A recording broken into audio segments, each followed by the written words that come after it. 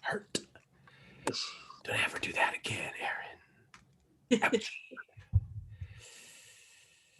Damn it, now I have the Enterprise theme in my head. You say it, you always have that running. That's true. It's never not far from my head.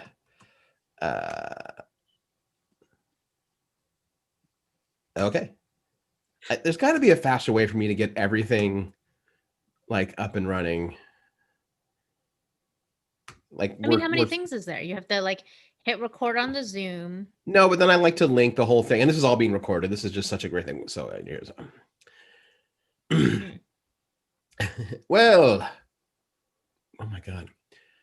Why, hello, it's issue 583 of Geek in the City Radio. I am one of your hosts, Aaron Duran. I'm one of your other hosts, Benarita. And I am your other host, Cable Hashitani. And we have got our guests, Edelyn and Gregory, here for another installment of Building Character. Yay! Hey! Hi! Thanks for having us back. Yeah. Oh, yeah. Good times.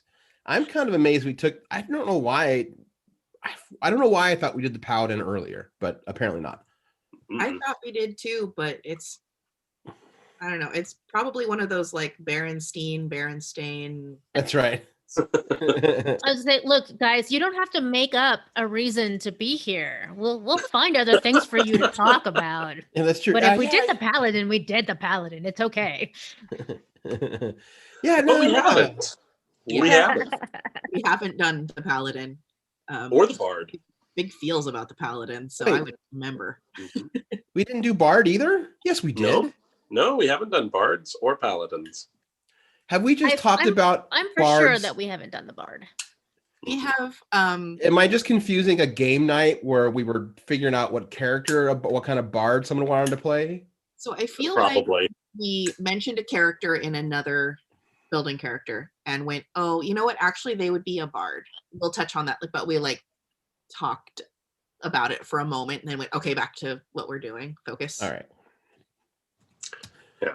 So Well, there we are. That was a really long intro. Yeah. How's everyone doing?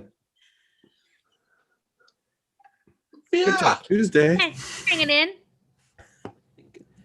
Yeah, it's Tuesday.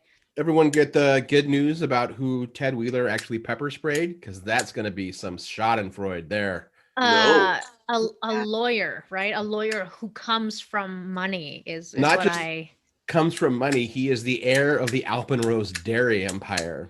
Oh no! Yes, you don't mess with the Alpenrose family. Oh, I assume. Dairy farmers, just like you don't fuck with anybody who deals with cows in any capacity. Remember when Oprah tried to face down the beef folk? That didn't end well for her. She had to do a retraction. That's true. Sam Elliott voice shamed her. Yeah. Yeah, but apparently this guy is also, he specializes in, the kind of lawsuit you would come to him for if you were pepper sprayed to the face by someone with a high profile. And quote, he is a specialist in quote, what did he say? Personal injury? Oh. No, he specializes in something like creative resolutions. That sounds like bullshit. Actually, you know what that sounds is like modern day mob terminology for kneecapping somebody. Yeah. Which I would also be okay with. I'm not saying someone should do it. I'm not saying I would do it. I am admitting to no or not encouraging any crimes to happen. I'm just saying if someone wanted to kneecap Ted Wheeler or did so, I'd be okay with that. No, so there may be just a little asterisk in the chant of "fuck Ted Wheeler," asterisk in the knee specifically. I mean, it's still just going to be two white dudes going at it, but I can at least enjoy it a little bit. It'll be a little fun. Mm-hmm. That's the best kind of fight. Is it's two guys going at it. No, two white guys fighting is the worst kind of fight. It's so cringy watching two white guys fight. Mm-hmm. Because you have no one to cheer for. Right. I was going to say it's like Godzilla King of Monsters when the guy says "let them fight," but it's not. It's Alien versus Predator. Mm-hmm. No matter who wins, we lose. Mm-hmm. That is real true. Wow. Mhm. Present company excluded, Greg. You're all right. What's that? I said present company excluded. You're all right.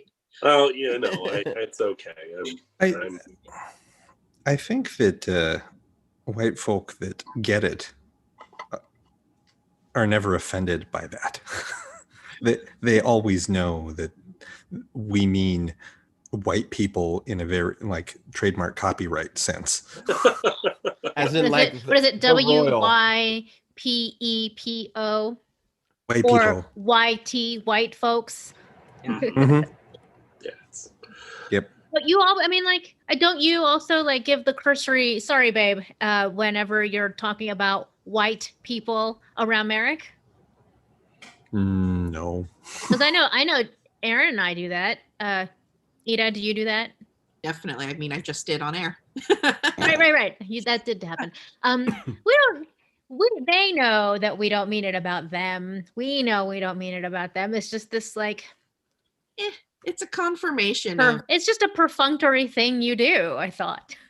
And it's I really do that with other people, but we don't do that at home. you guys have you're Yeah. well established of that. Of Oh, course. yeah. They've transcended apologies. I'm also half cracker, so I am technically a rice cracker. That is Oh, my personal. That took me right back to high school. oh. I'm bummed that it snowed today, but it's probably going to be fine out there tomorrow. I know. As long as it doesn't freeze. Ooh. Yeah. This is it'll just be frozen. Mm-hmm. Super. Oh yeah, at least I don't have to work early in the morning when it's like still super like slick and dangerous out there. Yeah. I actually don't know if Dolores can handle that kind of thing. Oh yeah. I don't know. Dolores was significantly smaller than our electric vehicle when we had one. Because they do have some She's weight, tiny. and it's like all at their base, like it's all on the drivetrain area. So that actually kind of helps. So like all your weight is just pushing down on one spot instead of it being up at the engine, or you know what I mean? That actually could help Right. you out. But you know, it does drain I mean, the hell out of and the battery. nothing. Yeah, luckily I don't have to go to work. I don't have to go far to go to work. And worst Yeah. case scenario, I can always borrow the lunchbox. But I was looking forward to potentially my first snow day at my new job, You've been there like 2 months. which and is you're just like, working "Snow from day." home. Well, I heard from some of my students that their teachers were talking about, hey, if it snows tomorrow, we might be able to call a snow day, which I think is really awesome and really good, and should definitely be advocated for. Like, I can't imagine a bunch of kids remote learning, like looking out their own bedroom window to see the snow, and have some teacher be like, no, you have to stay in front of your screen. You can't go out and play in the snow. Like, Right. That would just, I'd like to think that we've developed a little bit beyond that at this point in time. Like right now, at least, like we can yeah. start to appreciate those little things a little bit more easily. Yeah, Yeah. We'll see where the evening takes us. You know, it might snow in earnest tonight. It's true. I was really trying to think of an Ernest P. Warhol joke, and my brain's just not firing away. If I'd have been quick enough, I'd have been like, where do you think it's going to snow in Vern? But yeah, I'm sorry. It's been it's rough day for this one here. So, Yeah. So what else we doing? So we got building character, and then we're going to talk about Right, episode right. WandaVision. Yes, WandaVision. Loving it. Just so everybody knows, I think there's an error going on with the chat box. So if we don't hear from anyone for a while, that's why. Yeah, Oh, It's I that just they're thought nobody ignoring us. loved us. No, there's something's been happening with YouTube a little bit. So Well, it's a good thing I made it a point to share the link on all of the platforms already. Which, by the way, Well- is a thing I rarely remember to do. Well, I'm glad That's you my did it fault. this It's time. that's what it is. Yeah. Yeah, but to what end? If anything, the fact that I almost never do it and I did it this time and now it's not working is how you know that I am a jinx. Okay. I I don't did think before that's we how dive, that works. before we dive into stuff. I do want to talk about really quickly a movie I like. It's one of those like same date release as all movies are right now. It's Right. not getting very good reviews, but I think some of you might like it. It's called Shadow in the Cloud.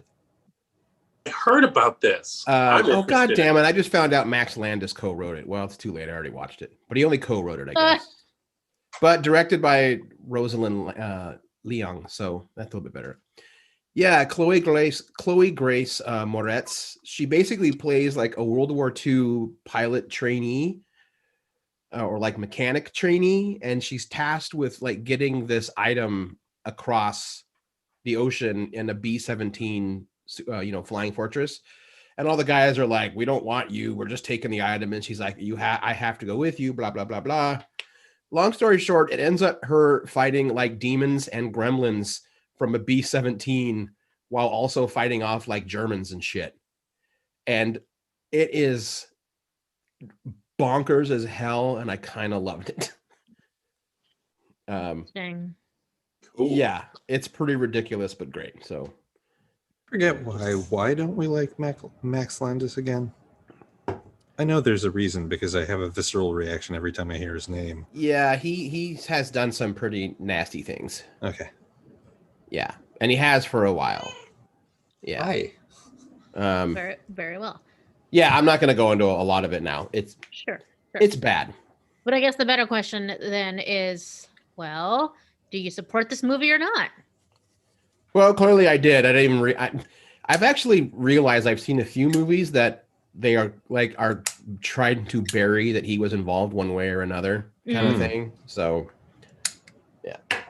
Anyway, Is he John Landis's kid? Is that Yeah. right? Okay. that also gives him a lot of protection. Mm.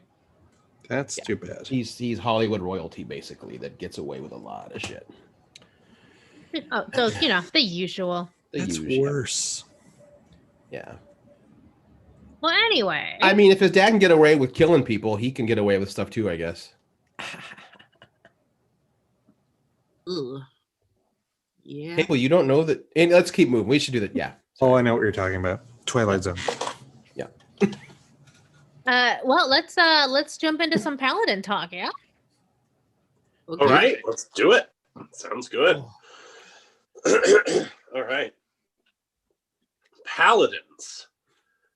These pious protectors portray the paragon of performance to their pantheon, pushing themselves past the point of personal peril to persecute the profane that would plague their patron's prosperity.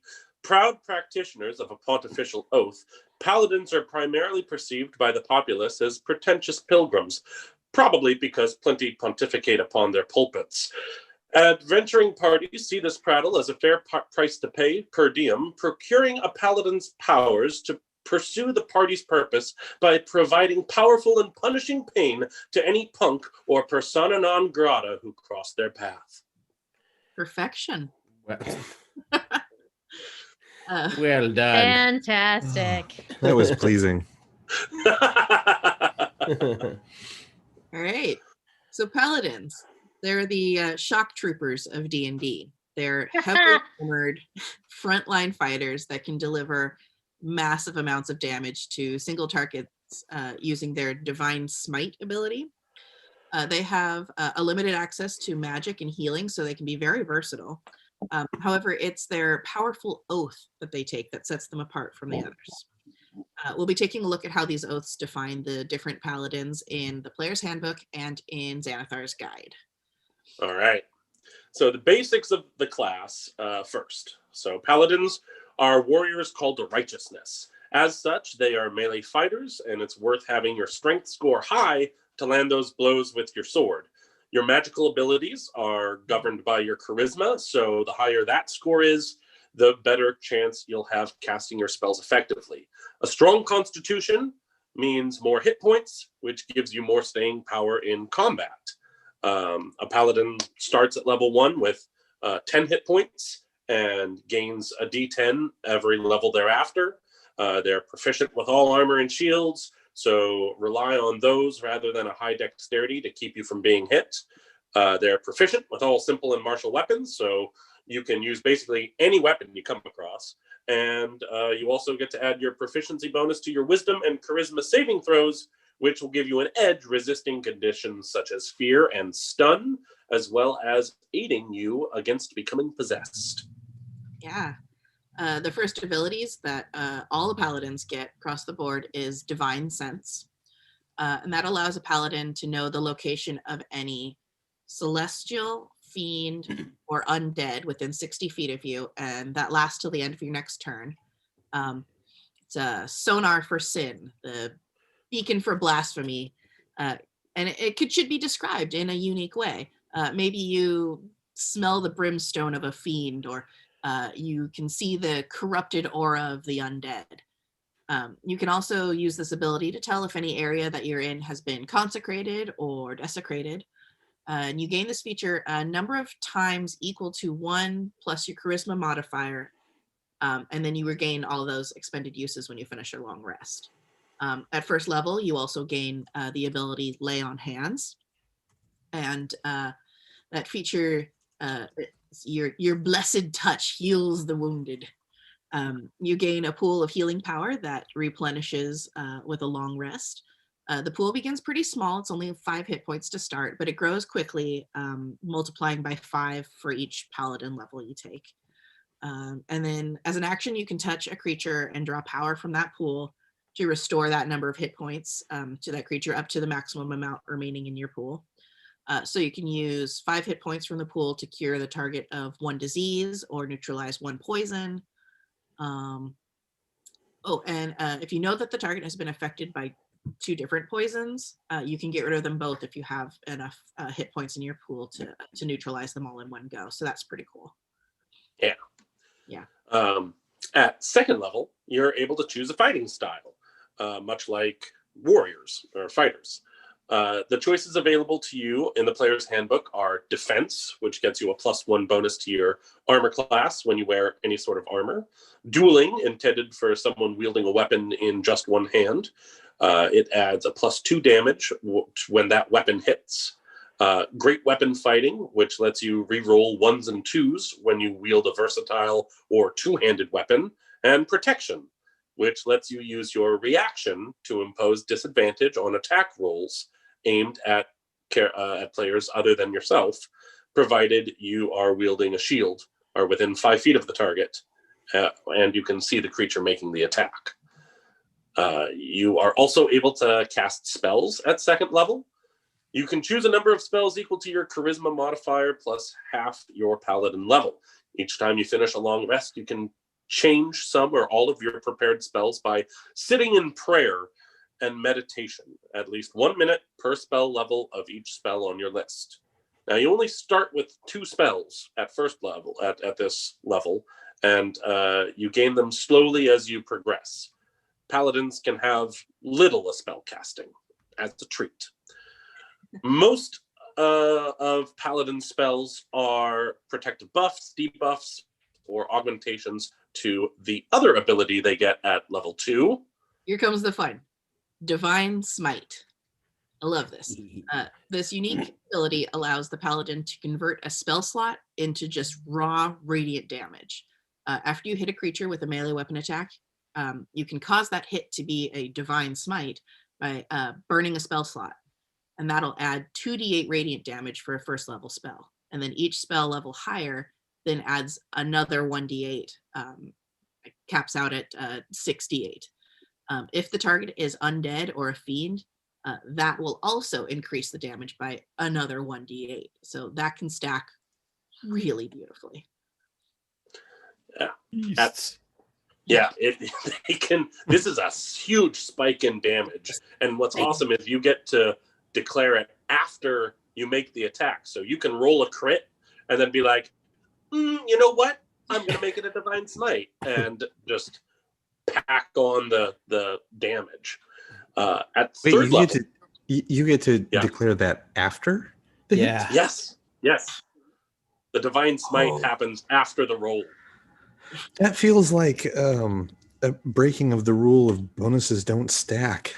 Huh. I don't think I knew that. Neat. Yeah. At third level, you take your sacred oath, a powerful promise you swear that binds you as a paladin forever. We'll talk about this in a moment, but there's another ability that I believe is often overshadowed by the oath that deserves some attention, and that's called divine health. A paladin at level 3 becomes immune to disease. All disease. The divine magic that flows through you causes this immunity, and so it's very useful if you have a story that takes you into a fetid swamp, a sewer system, or a plague town. Oh, DMs, maybe now's not really the time for a plague town in your story. Just Good point, Ida. So you had something you wanted to say, Cable? Because we're going to get back to Paladin's Oaths now. Nope, I'm good. Go. No? Okay. Yeah. Did you have the thought of let's not with the plague? I think it depends on, you have to read the table. Like there are some groups that like at Guardian, if you read the right customers, some customers are the perfect people to sell Pandemic to during this time period. It's a very good point. Yeah. And a very small few you sell Pandemic Outbreak to, which is where you play the disease and it's competitive. Yeah. You're trying to destroy the world. That's fun. Yeah. So that is a very good point. Always read your table and read the room. In fact, read the room. Yeah, we'll talk about that in a minute. So back to the Paladin's Oath. Okay, so this should be a big deal, and I'd encourage anyone playing a Paladin to think of the oath as a touchstone or a guide that influences the choices you make. Each oath is unique, but we're going to go over them in broad strokes. They are the Oath of Ancients, the Oath of Devotion, the Oath of Vengeance, and those are all found in the player's handbook, as well as the Oath of Conquest and the Oath of Redemption found in Xanathar's Guide. Along with the tenets you are beholden to, you gain a Channel Divinity ability with 2 options. These recharge once used after a short or long rest. So taking this oath also gives you access to spells outside of the Paladin spell list that you gain as you advance in levels. So let's get in. Let's dive into these oaths. The first one is the Oath of Ancients. Sometimes referred to as Green Knights, Horned Knights, or Fey Knights, the Paladin of this order seek to preserve life and light in the world. Many adorn their armor with images of growing things like leaves or antlers or flowers. The oath is said to be as old as the race of the elves and the rituals of druids. This oath emphasizes the principles of good over any concerns of law or chaos. Their oath has a focus on hope and being a beacon of light. Protecting it, as well as promoting beauty, life, and joy are the bedrock of the tenets that they have. As a Oath of Ancients Paladin, you gain spells that are fey-like or nature-based, such as Misty Step, Speak with Animals, and Ensnaring Strike. Your Channel Divinity features are called Nature's Wrath and Turn the Faithless. Nature's Wrath allows you to snare a creature with spectral vines. Turn the Faithless can turn fey creatures and fiends, just like a Turn Undead makes undead creatures flee from you. And an additional point with that is, if the creature's true forms are concealed by an illusion or shape changing or some other effect, this action reveals their true form, which I think is a cool addition. As you advance down this path, you gain an aura that gives you and nearby creatures resistance against spells. You stop aging and can no longer be magically aged. And you can eventually assume the form of an ancient force of nature, which regenerates hit points, cast paladin spells as bonus actions, and causes nearby enemies to be weakened against warding against your spell casting. The next oath is the Oath of Devotion. This binds a paladin to the loftiest ideals of justice, virtue, and order, sometimes called cavaliers, white knights. Or huge pain in the ass. These paladins meet the ideal of the knight in shining armor. They hold themselves to the highest standard of conduct, and some, for better or worse, hold the rest of the world to the same standards. Many who swear this oath are devoted to gods of law and order. Many see angels, who they consider the perfect servants of good, as their ideal, and incorporate angelic iconography, such as wings or halos. Hundreds of eyes within wheels. Sure, you can go that route. Into their armor and equipment. The Oath of Devotion is traditionally steeped in chivalry and lawfulness, holding yourself to the highest standards of honesty, compassion, courage, honor, and duty. But that Camelotian concept doesn't need to be the only way you play a paladin of devotion. The spells you gain from following this oath are focused on protection, abjuration, and removing negative conditions. The channel divinity powers are Sacred Weapon and Turn the Unholy. Sacred Weapon allows you to turn a weapon magical for a minute, emitting light and dealing extra damage. Turn the Unholy targets fiends and undead creatures, forcing them to flee from you for a minute.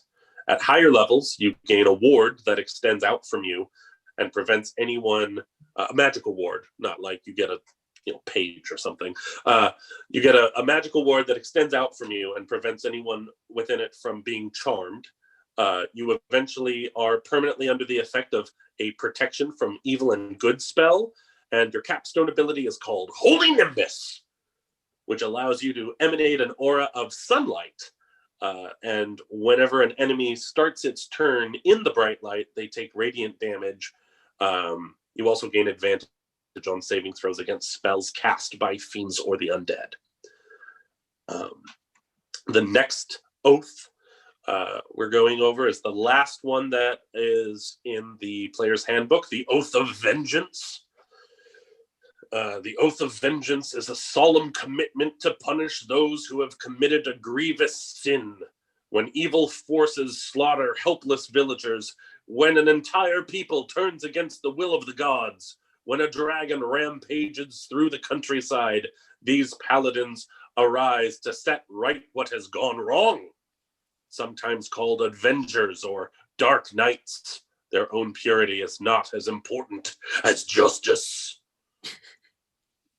Yeah, so the tenets of vengeance vary paladin to paladin, because each one is, claiming vengeance on a different specific thing or for a specific purpose, but they all revolve around punishing wrongdoers by any means necessary, even willing to sacrifice their own righteousness to met out justice. So, real fun at parties. The Oath of Vengeance is predictably very punishment focused and has kind of a feverish drive.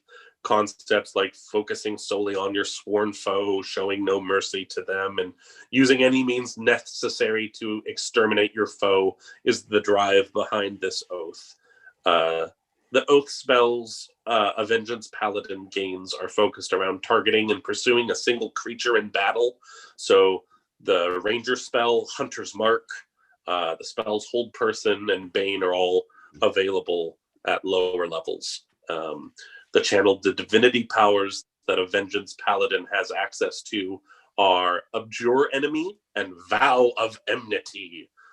Abjure Enemy frightens a creature and makes their movement speed 0, locking them down. And that's not like just fiends or undead or fae, it's just any creature. Fiends and undead have disadvantage against avoiding this ability, however. Even if the creature succeeds, their speed is halved, allowing the paladin to close the gap upon their foe. And the Vow of Enmity is a bonus action that gives you advantage on your attack rolls against a single creature. As the Vengeance Pally progresses, they gain mobility, allowing them to move half their speed when a creature is hit with their opportunity attack, as well as extra attacks against the creature they've used their vow of enmity on. You eventually gain the form of an angelic avenger, growing wings that let you fly and creating a menacing aura that frightens enemies and makes them easier to hit. So that's the first three options. Yeah, the Vengeance Paladin is a popular one for people that want to be the lone warriors, the Dark Knights, the Sigma males, if you will. Oh. But don't be like that. Oh. Try not to. All right, moving on. I just discovered that term and I'm already sick of it. I know, me too. Wow. But we're going to go now to the Oath of Conquest, which is found in Xanathar's guide. You thought vengeance was dark. This oath calls to paladins who seek glory in battle and the subjugation of their enemies. It's not enough to establish order. They must crush the forces of chaos, sometimes called ironmongers. Some of these paladins even go so far as to consort with the powers of the nine hells, seeing value in their adherence to absolute law. They are not well liked by other paladins. And the Oath of Conquest is harsh. I mean, conquest is in the title. This oath looks to not only crush your enemy on the battlefield, but their very will to fight. Tenets of this oath include phrases like douse the flames of hope and rule with an iron fist. If you're looking to create a would-be warlord, this might be the oath for you, but make sure this is the sort of character that will fit in with the rest of the party. Read the room. The spells that become available to the Conquest Paladin are all about soaking damage, dealing damage, and controlling the battlefield. The Channel Divinity ability options are called Conquering Presence and Guided Strike. Conquering Presence targets all creatures you view within 30 feet, forcing them to make a save or become frightened of you. And Guided Strike lets you hit with supernatural accuracy. You get a +10 bonus on your roll. Going forward, you gain an aura of menace that frightens your enemies and drops their speed to 0, as well as dealing psychic damage to those within your aura. Creatures that manage to attack you eventually take psychic damage for doing so, and you become an invincible conqueror at level 20, able to resist all damage, attack additional times, and you score critical hits on the roll of a 19 and a 20. Conversely, the Oath of Redemption sets the paladin on a path that could be seen as even more challenging, one that requires a holy warrior to use violence only as a last resort. Paladins who follow this oath believe that any person can be redeemed, and the path of benevolence and justice is one that anyone can walk. These paladins are sometimes collectively called redeemers. While idealistic, these paladins are no fools. They understand that undead, demons, devils, and other supernatural threats can be inherently evil. The Oath of Redemption is all about diplomacy, though. The oath that you take really is about understanding that peace takes patience and that people are not born evil. They're driven to it by their environment or some sort of manipulative dark forces. They see violence as a last resort and not one made without carefully weighing the actions and understanding the consequences. Once that is the only recourse, however, they act swiftly and decisively. The oath spells that you gain are, as you might expect, rather non-violent, passive, even calming emotions, putting targets to sleep, and using powerful protective magics are all at your disposal. Your Channel Divinity manifests in the features Emissary of Peace and Rebuke the Violent. Emissary augments your presence with divine power, adding a +5 bonus to your persuasion checks for a pretty decent amount of time. Rebuke the Violent is used when an attacker deals damage to a creature other than you. You can use your reaction to force the attacker to make a saving throw, and if they fail, they take an equal amount of radiant damage to whatever damage they just dealt. If they succeed, they still take half damage. As a Redemption Paladin's powers grow, they gain an aura that allows them to take on the damage meant for someone else, healing powers that manifest when they are below half their hit points, and finally, they become an Avatar of Peace, gaining resistance to all damage dealt by other creatures and reflecting half the damage they take on the creature that struck them. However, a caveat to that is if you are in this state and you attack a creature, cast a spell on it, or deal damage to it by any means other than this reflection, the feature ends against that specific creature that you attacked. Oh. Yeah. So outside of these benefits for these specific oaths, later on, all paladins gain an extra attack at 5th level, an aura of protection that grants bonuses for you and for your nearby creatures on saving throws. That happens at 6th. An aura that quells fear is at 10th. And at 11th, all of your melee attacks carry divine power in them. And that's dealing an extra d8 radiant damage. At level 14, you can end a spell on yourself or one willing creature you touch. And so can I just get on my little soapbox here for a moment about paladins in general? Sure. So we've all heard the running joke about and like seen the tropes of the holier than thou paladin. I myself have had a few run-ins with these pretty early on in my tabletop experience, leaving me with kind of an angry, knee-jerk gut reaction to the mere mention of a paladin in party. Not my finest moments. I'm working on it. Luckily for me, and any other, once bitten player with, the leftover animosity towards the old paladin, what we've seen here with 5th edition, it has multiple backgrounds and oaths that offer more nuance and RP opportunities beyond, follow my god or get fucked. With the varied oaths that we've talked about here, I guess really step one towards a pally that plays well with others is pretty universal. And we've kind of gone over it a couple of times here. The read the room. Read the room. Mm-hmm. For the love of God and all that is holy, read the room. I feel it's pretty good a basic tenet for any role-playing game. But seriously, if you're like in a party of mercenaries and your paladin that you've built is averse to lying, stealing, or killing outside of their holy war, like, why are you even there? Conflict can be interesting. Contrarians are total fun sucks. Sort it out. And, remember, like, unless you're in some hyper-specific homebrew, this is a polytheistic world. The gods are numerous and zesty. Have some fun with it. When building your paladin, ask yourself, what sort of ideals and bonds would your character hold to? And then what sort of deity would appreciate such a follower?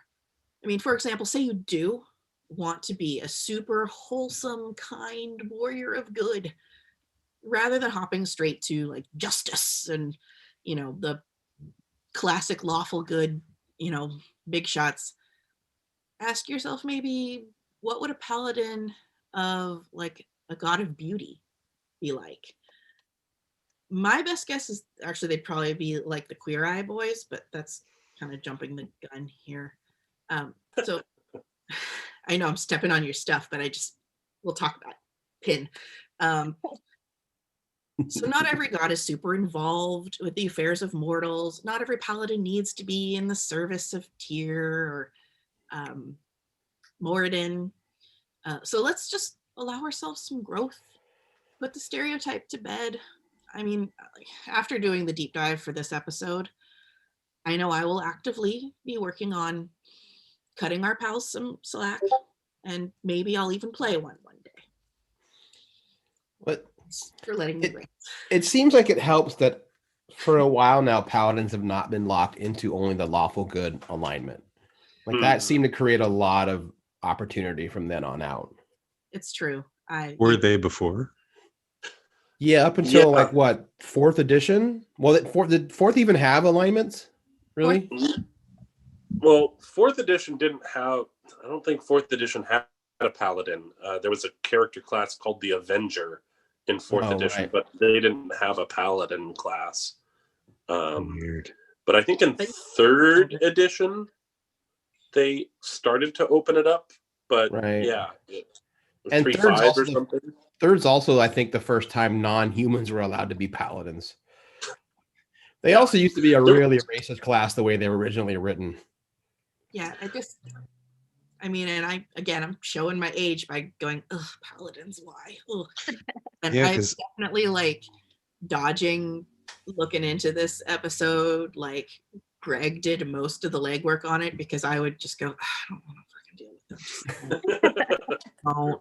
Don't make me do this. I think it's interesting that for 5th edition, the face of the paladin has been like in the player's handbook and in Betrayal at Baldur's Gate.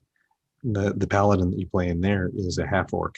That's right. Which is not a race that I would have ever thought would be used for a paladin. So immediately, I can see what you're talking about, where they're trying to change people's views on what paladins can be and are. Yeah, even in Pathfinder, the paladin is always portrayed by it's always been a black woman that's been the paladin in all the Pathfinder books. And even in the Pathfinder comic, she has a relationship with she has a relationship in the comic for a little while with another woman who's like a cleric. So like even Pathfinder was like, okay, paladins are not always just goody like white dudes. That's always been kind of presented that way since like the red box up until 3rd edition. Yeah. And there are so many different like characters in pop culture that you could play as a paladin that are so not like that one type. And we can go into some of the ones that we came up with and talk about. Thank you. So for Oath of Ancients paladin, I mean, first thing that came to my mind was Captain Planet. Like, get yourself, a paladin, Oath of Ancients paladin, and like a handful of druids, and maybe some sorcerers that all have rings, and you got yourself a party right there. Wait, but in this example, wouldn't Captain Planet be the god that they are devoted to, and then what are they called? The Planeteers?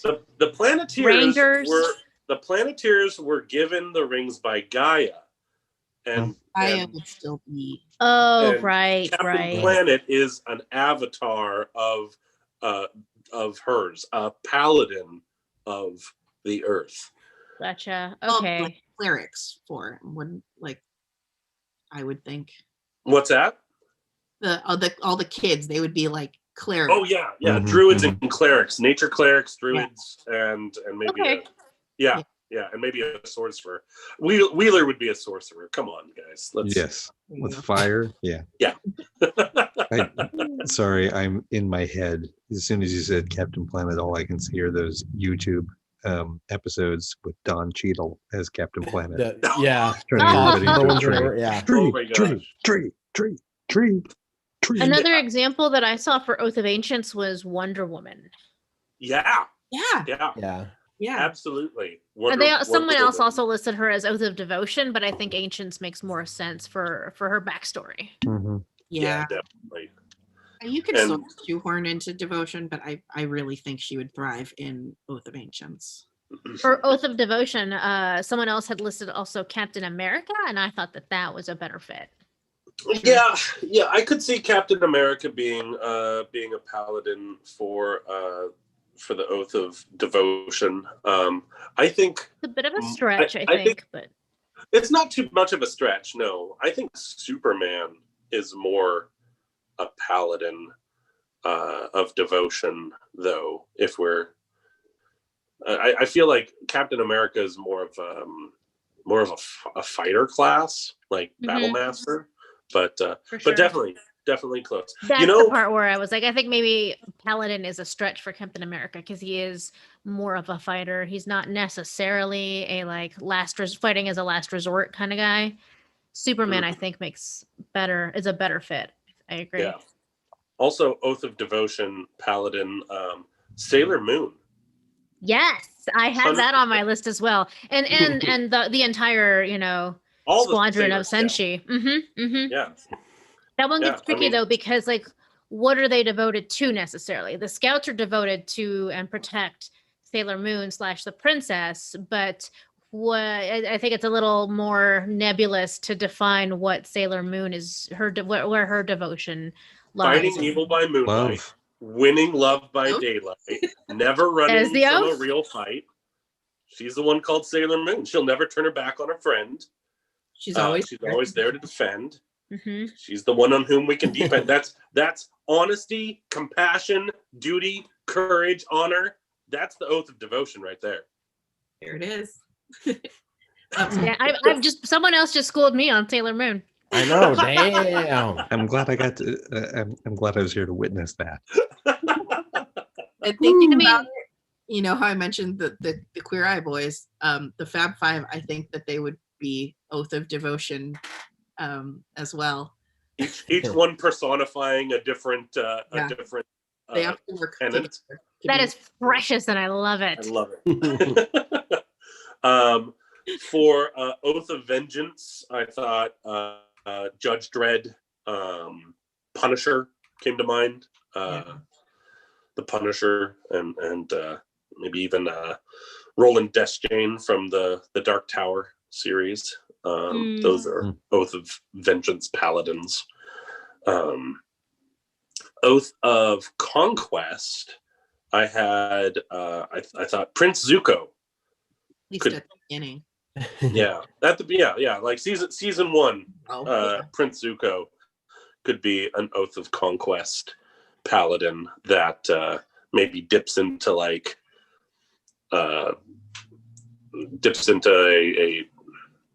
maybe even a light cleric for fire stuff. The cleric of light, it has a bunch of fire spells and it's all about casting fire and light and stuff. So that could be a cool concept to lay over the Oath of Conquest. Also, for your Farscape fans, Aaron Sun from Aaron Soon from the Radiant Aaron Sun. Yes, right. she is an Oath of Conquest paladin in my opinion. To begin with, yes. Yes. Yeah. Again, first season. Both of them. Definitely. For Oath of Redemption, I thought the characters that came to mind. Another one from Avatar: The Last Airbender, Uncle Iroh. Yeah. Iroh could totally be an Oath of Redemption paladin. Yeah. He didn't want to fight you, but if he has to, he's gonna kick your ass in like 2 fucking moves. Yeah. Kill his pee. And I thought Shepherd Book also would be a pretty good could that character could translate well as an Oath of Redemption paladin in D&D. Yeah, that one's really good because there is clearly like some I need to redeem myself moments like from his past that like definitely inform where he's going or where he's going during the series. Yeah. That's a good one. Well, there we go. That's do you guys have any thoughts on any characters that would fit any of these molds? I have a couple. Oh, go ahead. I wouldn't know exactly which oath grouping to put them under, but I thought that these were really good examples. Thoros of Myr from the Game of Thrones series, because he's He's considered a cleric, I think, in like within the world, because he's a priest to a particular god, or religion. However, he is also a warrior. And then and I think some people might actually kind of link Beric Dondarrion into that same category. But he's Mhm. not the one who has the magic. He just benefits from Thoros's, God-given magic Yeah. as a warrior. Yeah. And I like that. Yeah. and then the other one is in the Dresden Files. There's this group of 3 warriors called the Knights of the Cross, Hmm. and they're literally they literally answer to God. And one of them is actually he was formerly a fallen angel or a demon or something like that. And so there's that sort of redemption category that fits into that as well, because now he has gone from being an evil entity to someone who directly serves God. Cool. And they have magic swords. Nice. Well, that could definitely be Oath of Devotion as well. And possibly Oath of Redemption. Although, are any of them kind of like, we, hands off, don't fight, let's talk first, or are they all pretty much like, we're here to kick ass? Yes and no. The people that they go after are a specific set of bad guys. And they might And do Oath of Vengeance.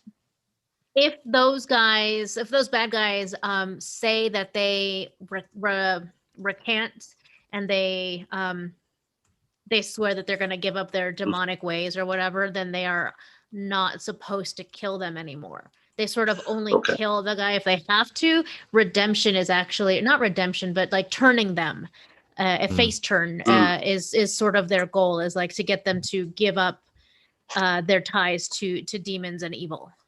Well, one of the specific tenets of the tenets of the Vengeance Paladin, the first one, in fact, the very first tenet is fight the greater evil.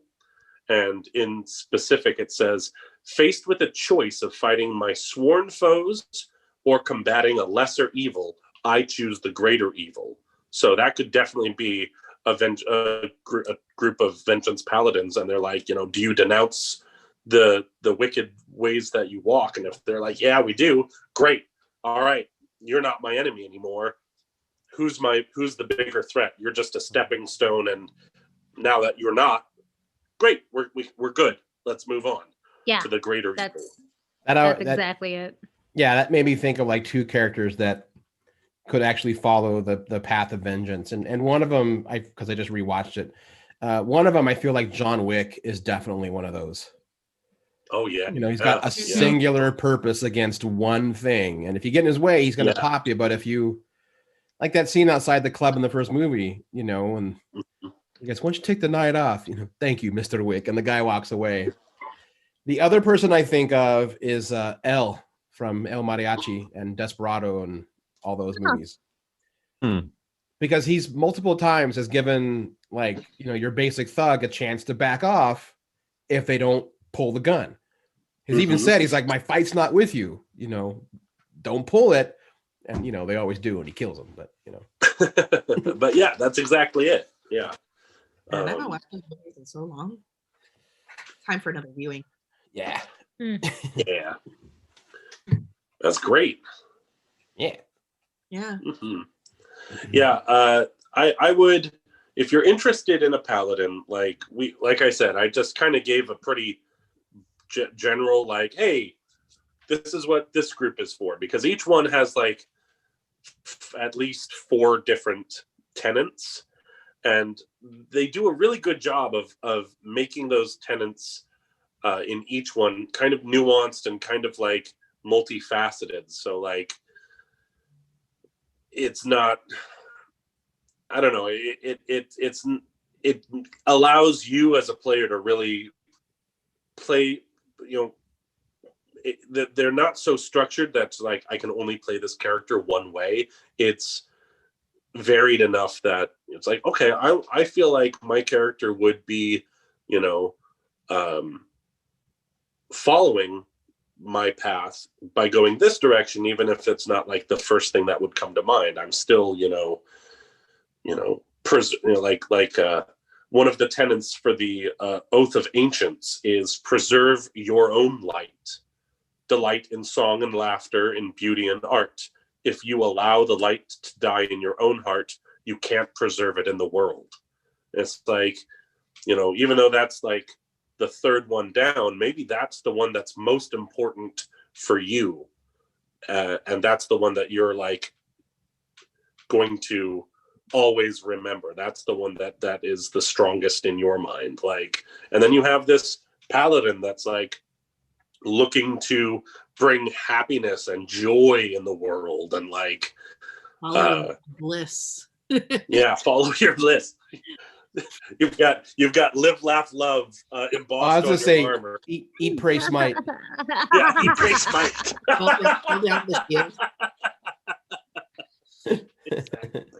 Exactly.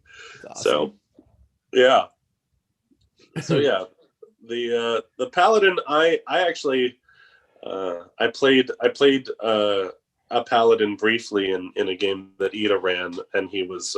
I had a lot of fun playing him. He was his name Baltimore, and he was a half orc, paladin of luck, paladin of Timora, the goddess of luck, and being able to play a paladin for the luck goddess was really fun. And like, yeah, I was looking to like make sure people got lucky, have a bit of luck, let's play a hand of cards. Maybe I lose some, maybe I win some. This is fun.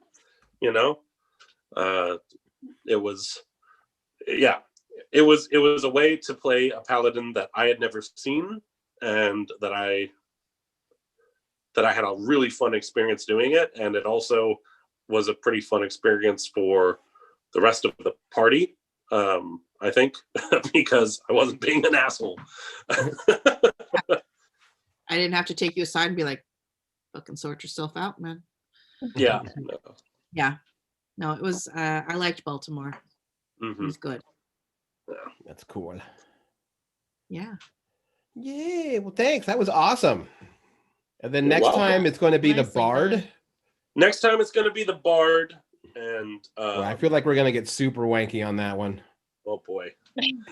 Oh boy. Shocked at this. Speaking of wanky, did you see the unearthed arcana that came out for the lineages? Yeah, you mean like the- goth D&D? Yeah. Yeah, I'm Yeah. super jazzed about that.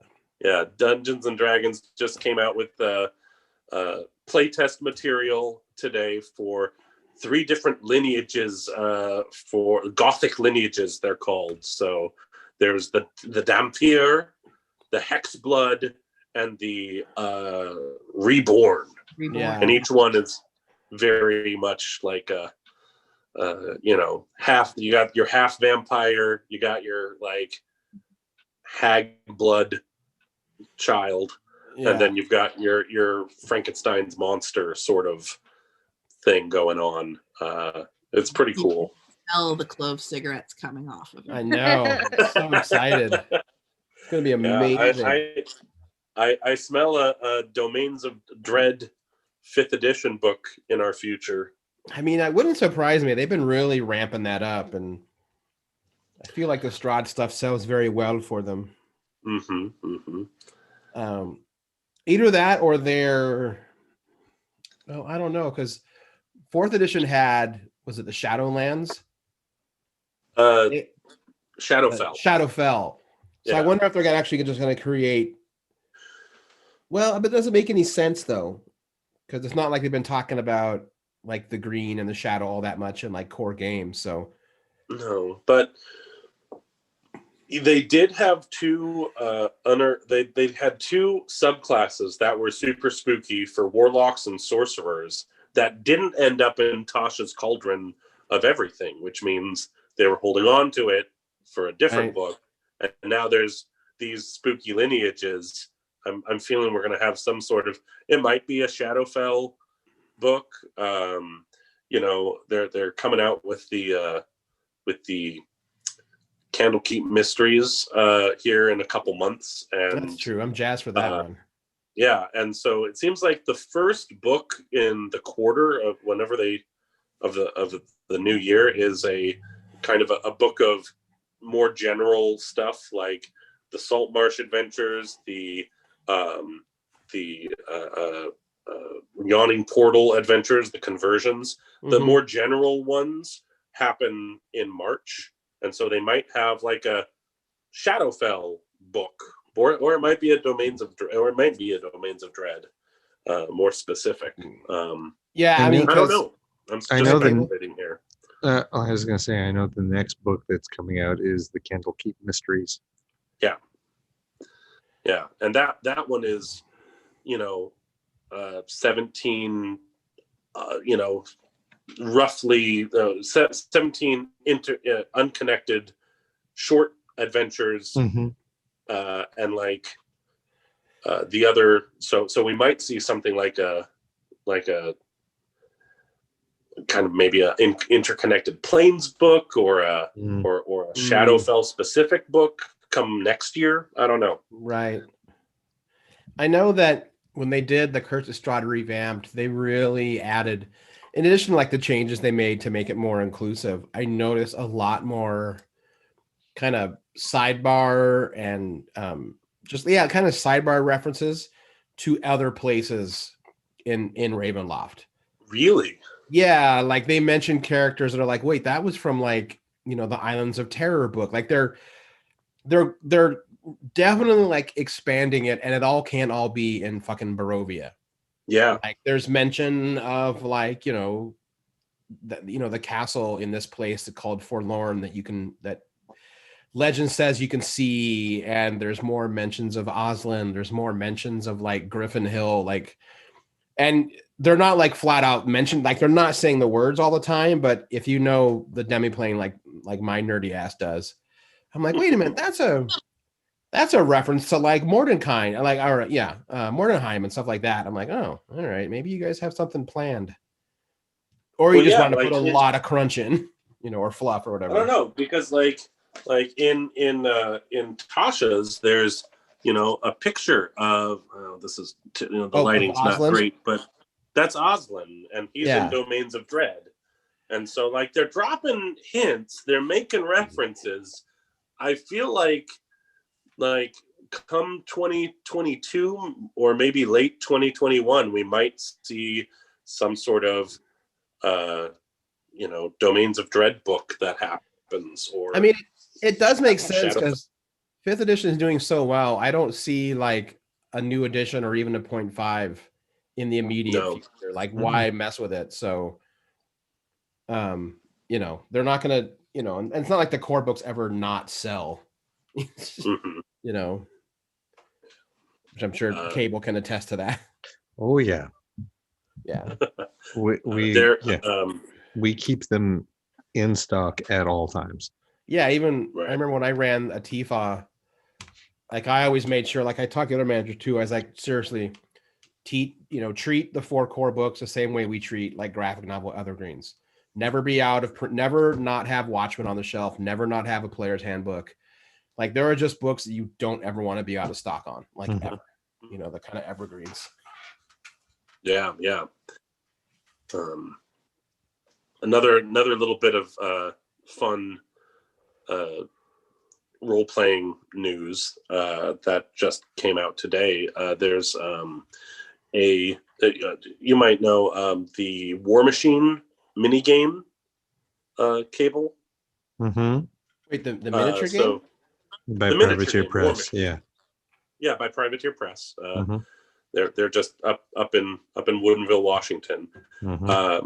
In 3rd edition, when 3.5 was out, they made a core book called Iron Kingdoms. So the core, that was actually before the miniatures game. Yeah. Iron Kingdoms was first. I fucking loved that book. Right. Well, fantastic. They are making a conversion to 5th edition and bringing it up. It's live on Kickstarter right now. That's cool. Yeah, I'm super excited about it. I love that was actually what I cut my teeth on. I played D&D a little bit, and then I found Iron Kingdoms and was like, oh my gosh, this is really cool. And we played it for a while. Elven god, like frozen in ice. Yeah. Yeah. One of my favorite monsters ever is from there, the Iron Lich. I still have that mini. It's one of the first minis I ever painted. Cool. So cool. I love the Bodger class. Like they mixed magic with machinery and mechanica and stuff. It was so cool. Really unique setting. It's coming back. They've made a conversion. You can still get in. It just happened today, and they've got like an early bird, like get 3 books and an adventure and a game screen for like $100. Wow, that's still happening until tomorrow. So first 48 hours fully funded. Yeah, it's fully funded. It's funded in the first hour, but it is currently sitting at 16 days to go with over 2,000 backers, and they're at double the amount that they were their goal was. That's cool. Yeah. I'm not sure if you're picking up the occasional buzz from my phone, but each one of them has been an email notification going, we've passed this stretch goal. We've passed this stretch goal. Wow. Yeah. So, oh man, this one's going to be in color. Mm-hmm. Well, yeah, and I put the game aside because a few years back, Iron Kingdom's Privateer Press made their own game. I think this was about the time that 5th edition happened, or it might have been during 4th edition, actually. 4th, I think. It was during 4th. Mm-hmm. They were like, all right, we've got our own game. We're not going to use 3rd edition anymore, but we're not going to go with how D&D is doing in 4th edition. So we've got our own system, and it was different, and it was very clearly made for like as a gateway to get into their War Machine game. Yeah. And that wasn't what I was interested in. So like I picked it up and we played like a couple games, but it didn't feel right, like measuring things in inches and shit. And I was like, no, don't like this. So I was super excited to see that they're converting their game to 5th edition, and they're moving the storyline up so it is kind of concurrent with what's happened in the really? war. Yeah, that's cool, because when that game first came out, I actually ran players through the oh gosh dang it, the Witchfire. I ran them through the Witchfire trilogy. Yeah, me too. Yeah, I love and that. I fucking love that character. She's amazing, Alexia. Alexa is awesome. Yeah. Man, I didn't know you knew about this. New thing to nerd out about. Castlevania and Iron Kingdoms. Great. I love it. Man. I forgot about her for a moment, but it's all coming back to me now how mad I am at her. Yeah. Oh man, for $100 you get everything. There's a new Witchfire book too. Yeah. Nice. Another RPG I'll probably rarely get to play, but I'm probably still going to back it. Well, Greg back. Maybe he'll run a game for us. What level did you back it at? I did the early bird. Early bird. So all the books. Yeah. Oh, so you got. All right, I can still do that, but it's for 100. Still isn't bad. That's still 3. It's not bad at all. Oh wait, no, it's still there. Yeah. Yeah, it's still available for another like 24 hours. So you did that one too? All right, we gotta probably shouldn't discuss this on the show. Like, what did you buy, Greg? What did you do? The early bird special pledge has 52 hours to go left. Right. Yeah, 52 hours. All right. Oh, cool. Man. I thought it was only 48 hours. They must have extended it. Clearly. Yeah, I was sitting next to my phone at 10 in the morning, being like, all right, when's it's gonna go live at 10. Hold on. So I was very excited to support it. Yeah. For those of you not in the know, the Iron Kingdoms is called as much because it's kind of like if the D&D world hit an industrial revolution, and so there's like steampunk and magic punk. So you've got like steam powered constructs that have like magically augmented cortexes, and you can be a warcaster that commands these magical mechs and all sorts of cool stuff. The world's really neat. I also like the liked new it. season of Disenchanted. Kind of. Yeah. Kind of. It has the mystical gunslingers. Yeah, gun mages. Gun Yeah. mages. Oh, it's so sexy. Yeah. The other thing, and I remember it's the first time I'd ever seen this in a game before, and it blew my mind, was that if you were a healer or a cleric, and if you healed someone that was like of an opposing religion, like your god would they're like, fine, you can heal them, but it's going to come out of you, because how dare you waste my magics on someone who's clearly an enemy of us. So you'd have to make the choice of like, fuck, this prisoner's going to die. This is going to suck. Mm-hmm. It was neat how they did stuff like that. The gods were it was very active in that realm. Yeah, it was very much like, you're it would be like if an elf, that was, worshiping Corellian was helping an orc that worshipped Grumpsh, and Corellian and Grumpsh are like totally at odds with each other in this world. Yeah, it would come from you, and it was neat to have that kind of aspect. Yeah, nothing like playing on a train heist. We have to defend against a dragon. Also, it's pretty sweet. Yeah, that's cool. That's rad. Well, should we dive into episode 3 of WandaVision?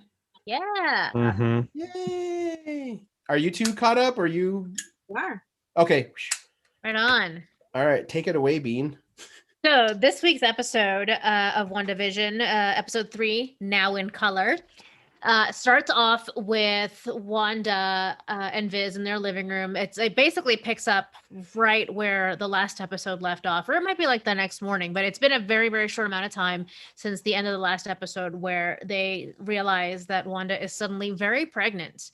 And so she continues to be at the beginning of this episode. And they go fetch a doctor who says, you're about 4 months along, so I'm going to go take my vacation now, and I'll see you later. But Vision tries to do the math. There's a joke about how like it's going to take, by the time you figure out the math on how quickly this baby will be born, the baby will be born. Because it's obviously like a very accelerated magical pregnancy. So Vision decides he's going to go run. Oh, I think her water breaks. Which is signified by it suddenly rains. It starts pouring rain inside the house, which is by itself a little bit tropey. But this episode is sort of the Brady Bunch / Partridge Family themed episode. That's sort of like early to mid 60s vibe. So I think that in my recollection, that was still an era in TV where we didn't really do a lot of talking about women's pregnancy. And yet somehow it still felt kind of tropey that rather than like showing or just saying her water broke, it's just going to start pouring rain inside the house. But for that reason, they realize, okay, it's basically time for the baby to come now.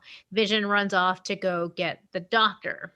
Literally runs off. Yes, he just like zooms off. And this is just the beginning of the craziness that starts to happen. So now Wanda's home alone, just ready to pop. And as her contractions start coming, more magic happens. Basically, every contraction is met with random acts of magic. Like a stork. They had painted a stork on the side of the nursery room that they were preparing, and it comes to life and just comes up off the wall and is like wandering around the house. And then in the midst of all this, Geraldine stops by. And she's there to sort of chit chat. She's telling this really very era appropriate story about how she got herself a promotion at work by being sassy. It has this like very you go girl vibes to it, keeping up with that sort of like 60s vibe. Eventually, Wanda's her contractions escalate, and it's about time for the baby to come, which is also signified by magic when all of the pipes in the house burst simultaneously, and now the house is like pretty much flooding. And that's when Vision gets back with the doctor, who he carried on his back and ran back from the doctor's house to their house. But they're actually a little bit too late. The baby has just been born. They name him Tommy, which is what Wanda had wanted. There'd been some back and forth about that. And then all of a sudden she starts having another contraction, and turns out it's twins. They end up being 2 boys. And then of course that gives segue to Wanda mentioning that she's a twin, and she mentions her brother Pietro. I don't remember what his super person name is. Quicksilver. Mhm. Quicksilver, thank you. Mhm. And then this is the time in this episode where things get to take that like weird, slightly dark turn. So she mentions her brother to Geraldine, and Geraldine says, oh my god, where did it go? Wasn't he killed by Ultron? Or like he was killed by Ultron, right? Which is part of Age of Ultron? I don't know. Mhm. Yeah. I don't remember. And now Wanda's kind of freaked out, like, why would you know that? Or why would you ask that? And that's when she realizes, as well as me for the first time, I didn't get a chance to rewatch this episode to know if it was there all along. But Geraldine's got this necklace on, and it's actually the sword logo, which we've seen in some of the other ads throughout the series so far. And she notices that. She kind of freaks out and basically ejects Geraldine from the house magically. Vision, after having a conversation with the doctor, which was also a little bit weird, he's like wishing the doctor well and hoping he still has a chance to have a good vacation. And the doctor's like, I don't think we're going to leave town after all. Small towns, hard to escape. A little bit more foreshadowing there. Yeah. Or maybe not foreshadowing, but it's just another one of those, and the neighbors. Earlier in the episode, Vision chit chats with the neighbors, and they're acting a little bit weird, almost like robots who sort of got off track and are doing their thing, but just a little off from what it's supposed to be. I wish I had a better example, but they're just being just like that, not totally there mentally, but they don't even realize that what they're doing is weird. But that one is a little bit more in passing. After Vision says his goodbye to the doctor, the neighbors are out there again. And previously, the neighbor next door was trimming his hedges. Now he's out there with the hedge trimmer, but he's like sawing away at the concrete fence, the concrete wall that divides their 2 properties. Just acting like that's what you do with your hedge clippers. And then the other neighbor, Wanda's other friend, whose name I can't remember now, the character or the actress. Catherine Hahn is the actress. Thank you. Thank you, Catherine Hahn. She starts gossiping about Geraldine and how she's kind of weird, and she's new in Agnes. Thank you. So Agnes is like, yeah, she's just new in town. She doesn't have family. She doesn't have a house. Just weird stuff that probably wouldn't be real if you lived in that town, in this idyllic little community. And if I recall, Vision doesn't super look into this much. I think he notices that it's weird, but then, Catherine Hahn is just like, oh, okay, well, I'm leaving now. Again, they just sort of like don't realize that they're being weird. It's like it's happening outside of their control or knowledge, and then they just continue to act like things are normal. So she's like, oh, I'm gonna go. I gotta make dinner or some shit. Vision goes back inside, notices Geraldine is missing, and Wanda's like, oh yeah, she had to go. She had somewhere to be. And then we cut to the final scene in the episode where Geraldine lands. Essentially, what we see is just outside of this fantasy bubble that is Wanda and Vision's version of Westview. And now it's the camera goes back to like a more modern aspect ratio. The coloring moves into modern coloring and HD quality. And she lands on the ground, but she seems okay. And then a bunch of like military or like, secret government agency cars storm in and go to pick her up and I guess probably debrief her on what happened inside the bubble. Yeah, because I think they're all sword troops. Mm-hmm. Which I makes me believe that actually is right. think more and more, I think everything is a construct that Wanda has made. And they're trying to like maybe safely get her out of it before she, wipes out the world. That seems to be the prevailing fan theory, is Yeah. that, and there has been an interview with Elizabeth Olsen where she talks about, she basically said, it's like, I can't give too much away, but I don't think that you are going to think that Wanda is the hero Right. of this particular story. Yeah. And that certainly seems to be the way that the story seems to be progressing, that no one is doing this to Wanda. Wanda is doing it to herself. Yeah. And I'm guessing the twins are going to lead. I kind of think these twins are going to not be a Figment anymore. I think they're going to somehow, I don't know, because she's going to blow up on the multiverse or whatever anyway. Mm-hmm. Because they've also hinted that they are planning a Young Avengers story. Because the villain in, I forgot which movie is coming up, is Kang. Kang the Conqueror, and that's one of the Young Avengers' primary baddies. So that gives us, Wiccan and Speed as the twins. So yeah. Well, I'm really interested in what's going on with the neighbors, because in that conversation between Agnes and Herb, like Herb was going to say something to Vision, like, everybody here is, and Agnes kept being like, don't do it, don't say it. Mm-hmm. He ended up not finishing his sentence and instead just being like, well, great chatting with you, gotta go. But like, what are they? Are they really quick? Kang is the villain in the third Ant-Man movie. Reportedly being played by Jonathan Majors, who is the lead in Lovecraft Country, was the guy, the lead male in Lovecraft Country. Right on.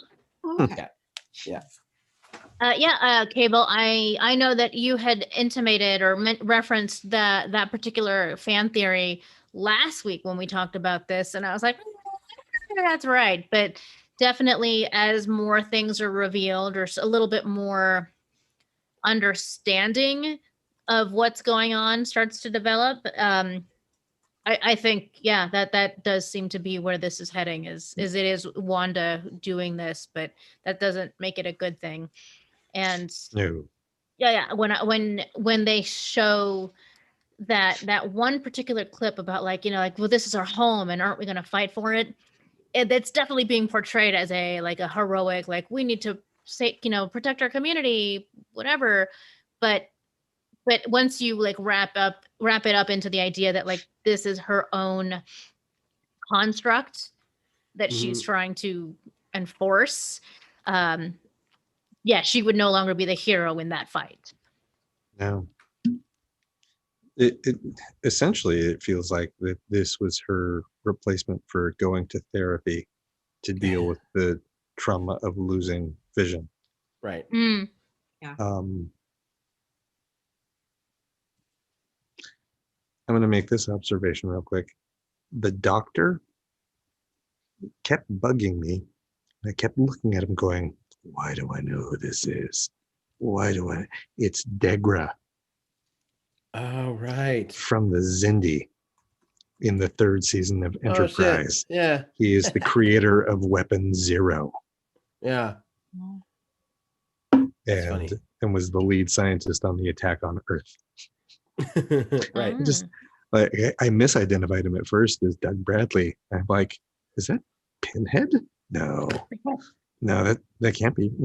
Merrick's like, I think he's dead. So it's not him. And if it is, then this show got really weird. But yeah, it's Degra. I'm like, oh, like that's why. I think Degra was one of his, to this date.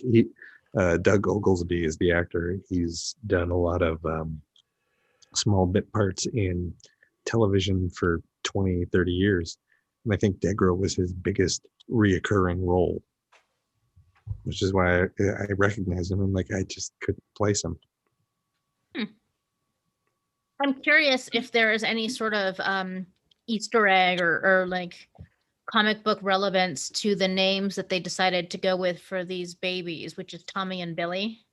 That's the name of her kids in the comic. Yeah. Okay. That's Or what I Tommy was and saying. William. Tommy and William. Yeah. Okay, cool. I Yeah. was thinking maybe something like other characters that I just wasn't aware of or remembering at the time. Right. Also, her contemporaries. right. I didn't know that she had kids in other Mm-hmm. format. I do think it's interesting that while we were very aware of Shield, or not Shield, but Sword, and their involvement of trying to do whatever they're trying to do, there are still plenty of references to AIM being somehow, if not involved, they are a competing entity trying to figure out what's going on. Yeah. The beekeeper with the hexagon grids, like in the opening theme, all those hexes, it's like, oh yeah, that's 100% AIM. So, and then all of the ads are still Hydra related. Yeah. So Yes, this it's- week's commercial was for Hydra Bat Soak in the style of Calgon Take Me Away. uh-huh. And I'm Right. actually pulling up the visual. I recognize the concept, but I've never actually seen a Calgon Take Me Away commercial. I just pulled it up. Even the visuals are like almost an exact replica. Yeah. Yeah, so that was fun. This is how successful the ad campaign was. I recognized it immediately because all I saw were Calgon commercials as a kid. And Right. I've never seen one, and I still know Yep. it. So that's effective marketing, y'all. Yeah. Mhm. For better or for worse. But this episode is really the one that seems to have kind of really ramped up the mystery, Mhm. which makes Mhm. it would explain. I actually heard a lot of critics when they reviewed like the early release of the show. Disney sent 3 episodes Oh. to a lot of like, major media, film critics and stuff like that. They were given the first 3 episodes, and now having seen it, that makes some sense why they would do that for the review for sure. Mhm. Mm. Yeah.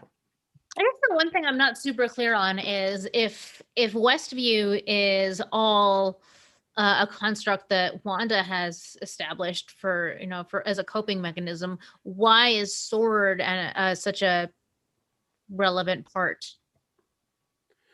And not Shield. Oh wait, right, they're not bad guys necessarily. No. No, but they are the strike first before we can be hit. Cool. Yeah. So they're probably her I not thought guardians, because they're probably like in a custodial manner at this point. I thought Sword was dealt more with extraplanar problems, and Shield was more on Earth. So I was surprised to see Sword instead of Shield doing stuff here. But something else when she got spat out, I may be incorrect, but I thought I saw a sign for Westview. Westview You are outside not. of the bubble. You are correct. So I don't remember what that billboard or that sign said, though. It said Westview. yeah, Anything else, means- though? I think it said City of Westview. I think she's actually taken hold and is holding an entire town hostage Mhm. and is playing out these fantasies. And that explains why the characters act weird, because they are real people, but Mhm. they are sort of being controlled by something else. Yeah, Mhm. or They- at least acting in the roles that they are aware of. mhm. Mhm. Yeah, I mean, who knows? Who knows? Like everyone in Westview might be dead, and this is just like. Well, Geraldine was alive. Geraldine isn't part of the isn't part of the fantasy. Right, because she doesn't live there. She doesn't have a Right. house there. I think she might have even implied that she didn't have a job, but that would directly contradict what Geraldine was saying. Not that that's Right. impossible. It's- Okay. it's the awareness of the players in Truman Show, where everyone knows they are playing a specific role, and they cannot break character around the lead. Mhm. So you think that they know? Yeah, and they're trying to keep themselves alive. I think that like the whole thing with Mr. and Mrs. Hart at the dinner party, that was a woman genuinely pleading Hmm. to not let this person die because it is still a real person. But without breaking character. Yes, because they can't, because that would make it worse. Right. It's it's like I have to keep this person from dying. I have to do it this way. Otherwise, if I do it the other way, then we all die. Okay. And I very much look at it as like basically they're acting out these characters against their will and maybe Mhm. only barely with their knowledge. Right. Yeah, I'm Sorry, go ahead. no, I'm just saying I'm trying to this is as much as I enjoy speculating like where it's going to go next, part of me just kind of wants to be surprised also, instead of Yeah. trying to figure it out. And normally I love to try to figure it out, but this one I'm just kind of enjoying the ride. Right. I Yeah. think that's the best part is I don't know where they're going to go. Right. I do know that Merrick said that she heard an interview with or read an interview with Kevin Smith. I guess he was talking about it on Batman Beyond, Mhm. and he described that that scene between Geraldine and Wanda. The whole wasn't Pietro killed by Ultron? That entire scene, he's like, that was the best writing, the best acting. It's like that entire scene was so good. I'm mad that I didn't write it. I'm mad that I didn't film it. I'm like, it is worthy of an Emmy on multiple levels. It was perfect. Yeah, there's a lot going on in that scene. Mm-hmm. And it's a scene he could have shot because it's just two people talking in front of a camera. Which is why that's why he's mad. He didn't do it. Yeah. It's like, this is so good. I wish I had done it. Yeah. I'm for disappointed that I sure. didn't have a chance or get around to, I guess, watching this a second time so that I could have spent more of my thoughts on it versus like just observing it. Right. Mhm. I think I still will just to like really let it sink in because right just now I'm trying to visualize that scene and I'm like, is that the best scene? Definitely in the episode, but the series? I don't know. It's So- an intense scene. It Mhm. really is. Well, Mhm. I really, really appreciated the like from a storytelling perspective, the dinner party scene, Mm-hmm. and that one gets pretty dark and tense. Mhm. So that's in my mind, that's like the biggest contender. But I would definitely need to like review the material more before I commit to a decision on that. I'm looking Right. forward to Friday. And then I loved all like the bullshit clickbait comic book websites that were like, did Disney drop a major hint by suggesting you watch Age of Ultron after WandaVision episode 3? And I'm like, what? Automated. Well, and also it's not, well, I mean, but also, yes, it was clearly programmed because there's this if they mention her brother being killed by Ultron, maybe you should rewatch Age of Ultron to kind of have a I was like, Which guys, I quit did. trying. Yeah, well, I like the clickbait one that says that Agnes's rabbit is the key to everything in the I know. series. So No, it's dumb. No. And I know. also that they've given it away that Doctor Strange is the one doing all of this. Like something happened in episode 3 that flat out tells the viewer. I don't think so. Nope. I still think they're going to surprise us with a cameo from him Mm-hmm. before the series is over, but yeah. That would be fun. That would be. I'd like to 'Cause- see. Right. I'm not really invested in any way in these characters, like in the long term sense. So I'm fine with whatever. Like do whatever you think is best, as long as it's good storytelling. I'm a fan of anything that just blows up and makes a multiverse. Mhm. And that's probably the old DC fan of me saying, like, let's have universes everywhere. What if eventually we go to Captain America where he's a werewolf? Because it happened and it was righteous. But if I create a flashpoint, now it's a problem. Wait, you personally? Oh, that's right. Yeah, but you weren't supposed to know that. The you of Earth 2 is the one who knows that. The problem is when you found out too soon. Gotcha. That was the Okay. problem. Yeah. Fine, whatever. Well, Greg, Ida, thanks for joining us. Thanks so much for having us. I think also we can announce a lot of guests for February now. Oh Sweet. yeah, let me We pull have- that we up have- real quick. Well, 3 shows with guests, but technically 4 guests. So, yeah. All right, starting with week 1 of February, we are going to be interviewing Andrew Constant and Nicola Scott on their new release of Nightwing from the part of the Future State or Future Sense. Future State. Future State. Thank the you. new DC event. Yeah. Mm-hmm. Yeah. So it'll be Nicola's second time on the show. Yeah, very This will be the exciting. first time we were able to track down Andrew. So that'll be, and we've never had like a writer artist team. Yeah, at the same time. Yeah, I can't remember. We've had a single person that does both, but I don't think we've ever had the writer and the artist Yeah, we have. on. We have? Montinero and Mm-hmm. Yishan Liu. Mm-hmm. That's right. Oops. Well, I screwed that up then. This will be our second time. That's okay. I'm sure it's fine. This is our if- first mainstream comic There you go. Mhm. writer artist. Good from save. one of the big 3. Yeah. Yeah.